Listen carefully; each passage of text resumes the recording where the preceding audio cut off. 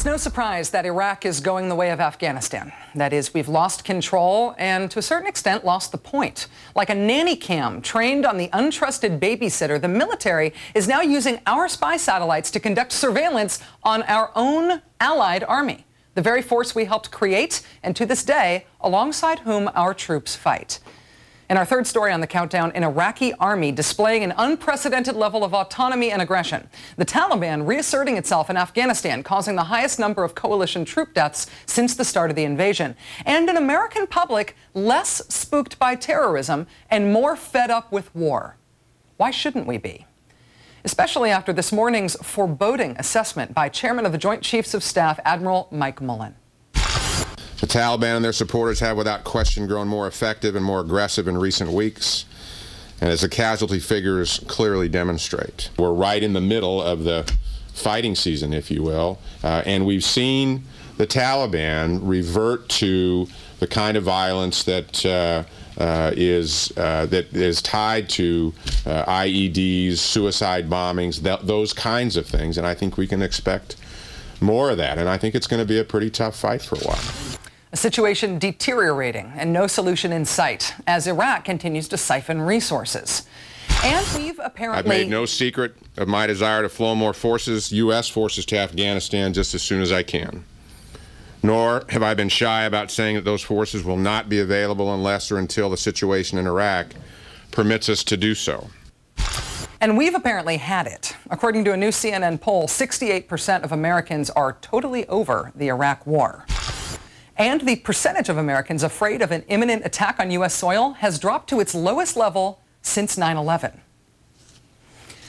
Let's bring in Larry Korb, Senior Fellow at the Center for American Progress, a former Assistant Secretary of Defense in the Reagan administration. Dr. Korb, Larry, thanks very much for joining us.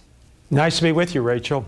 We're reconciling an American public that is done with the war in Iraq with news that a war we thought was done, Afghanistan, isn't and never was. U.S. troops coming back from Afghanistan sometimes call that place Forgotistan. Do you think that Afghanistan is getting unforgotten in our politics now? Well, I hope not, but you know, the clip you played from Admiral Mullen shows how we need more troops in Afghanistan, but Mullen himself is one of the people to blame. About a couple of months ago, when he was asked about this, he said, well, in Iraq we do what we must, in Afghanistan we do what we can. No, those are where the attacks of 9/11 came from. That's where al-Qaeda is reconstituting itself. There was no al-Qaeda in Iraq before we went there. There was none of the other reasons that the president gave turned out to be true. We've got ourselves mired down in the wrong place right now. The Iraqi people want us out. The American people want us out. The government we created, we can't trust. So why do we continue to give that priority? Based on what the administration told us, both Iraq and Afghanistan were supposed to be wars about avenging 9/11. But as you say, that is still unfinished business. The RAND Corporation just this month says that al-Qaeda's as strong as it was on 9/11. Bin Laden and Zawahiri are still out there. Do we still get be afraid politics on terrorism in this context? Do you think we still should?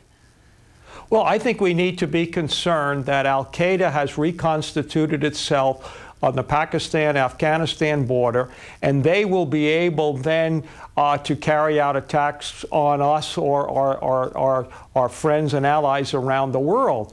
Had we continued in Afghanistan, not diverted ourselves to Iraq, we wouldn't have this problem.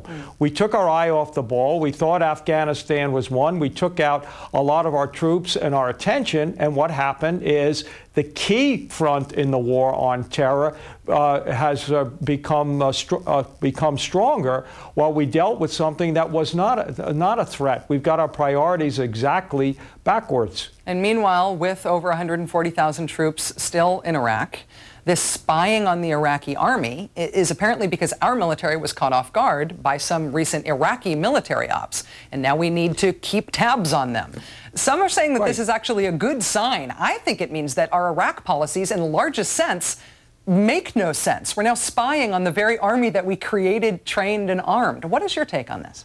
Well, basically, the Iraqis don't want us there. And what has happened is they don't like the fact that we're telling them what to do. They have their own agenda, which is different from ours. We want a peaceful, stable, democratic Iraq. what the people running Iraq want is they want an Iraq that is dominated by one group, the Shias. They want an Iraq that has a close relationship with Iran, which we do not want to have. And so what's happening is they're basically using us for their own purposes. When they went into Basra, this operation we didn't know about, we had to bail them out. Had we not done that, what would have happened is you would have had a lot more damage and a lot more carnage in that country. Larry Korb, formerly of the Reagan administration, now at the Brookings Institution, thanks for your time and your insight tonight. Nice to be with you. The chips are not totally down in the McCain campaign. He's been endorsed by Punch, everybody. I mean, I know it's from the 70s, but hey, Punch! Speaking of Punch, actually, no, I can't say that, I'm sorry. But Angelina Jolie's is still intact.